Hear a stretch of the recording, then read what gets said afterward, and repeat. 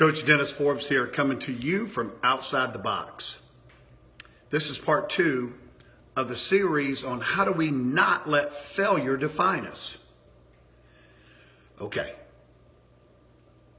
We have to make the process the priority, not the product. Let's talk about the product.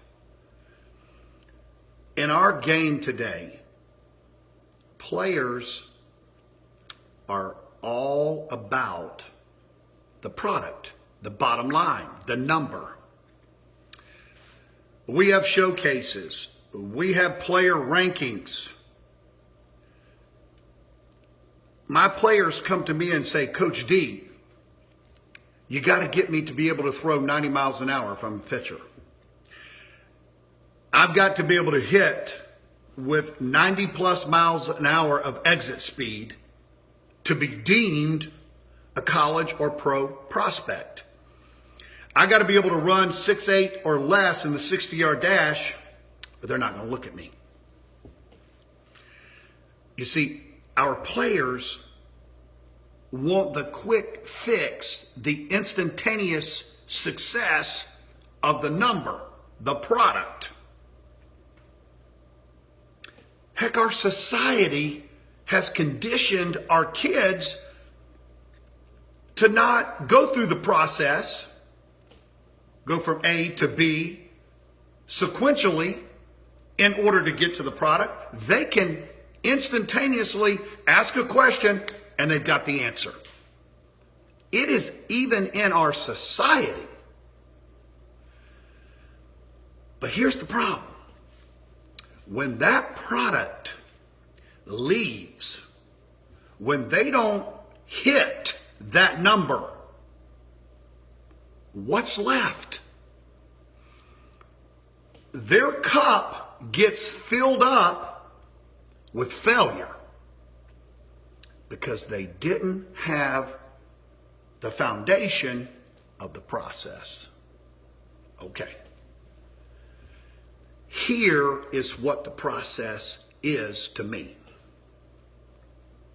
The process is the foundation of fundamentals.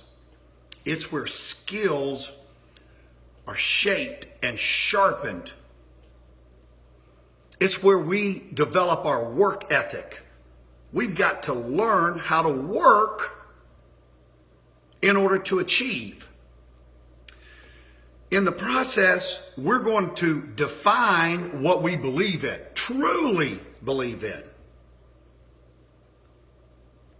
In the process, we're going to know our why. Why are we going to endure failing? Why do I have to learn that failing is okay? It's the process.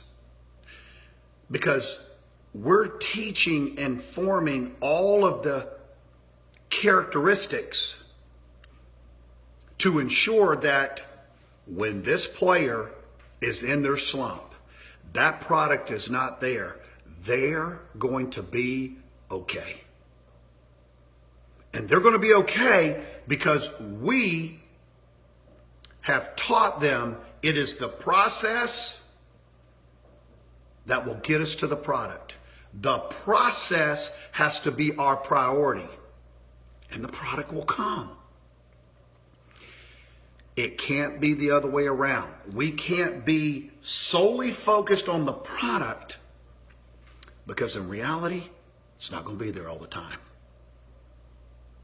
The process is the teach. If we will make that change, we're going to prepare our kids, we're going to condition our kids that failing is part of the game. And you're okay. You're going to always be okay because we have taught you it's the process before the product. I've got a great example. I had the honor of coaching and training a young man by the name of Gunnar McNeil. Now in Central Florida, we play travel baseball in a season, we may play 45 to 55 games. That's a lot of at-bats. I have never seen this before. I haven't seen it since. Gunnar McNeil, at 11 years old, went an entire season without getting a hit. That is a lot of failing. Gunnar and his father, Carl, they endured this because they understood the value of their process.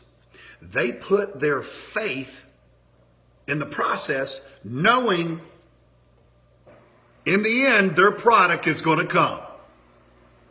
Now, as fate would have it, Gunnar goes into the last game of the season and he gets his first hit. And that hit came against the Juice.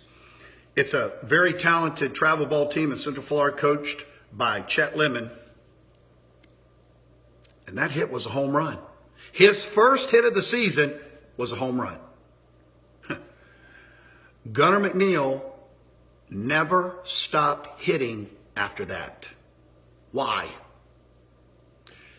Because he had to go through the process. He put his faith in the process. And when his product came, he never doubted that it would continue to come on a regular basis. Gunnar ended up playing at the highest level of college baseball at the University of Kentucky. I could not be more proud of this young man. That is putting the process first, knowing, having the faith, the product will come. I've got another example. I have heard hundreds of speeches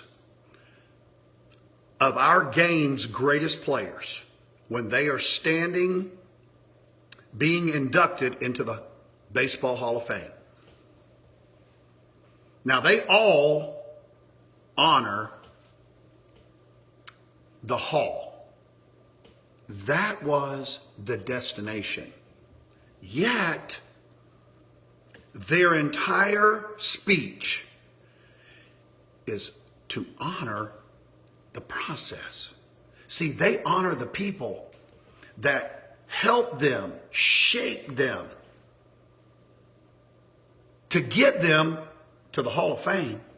They didn't talk about how many home runs. They didn't talk about their ERA. They didn't talk about their wins or their losses. They talked about the process. At the end of their career, at the greatest honor can be bestowed upon a professional baseball player, the most important thing for them to share, to get across their message, was about the process. In order to keep failure from defining who we are, we've got to make our players understand it's all about the process. I'd like for you to follow me at Forbes Fire Baseball Academy on Facebook. Stay tuned for the third part of the series, the difference of failing versus failure. Stay tuned. Please like and share this. My name's Dennis Forbes. God bless you.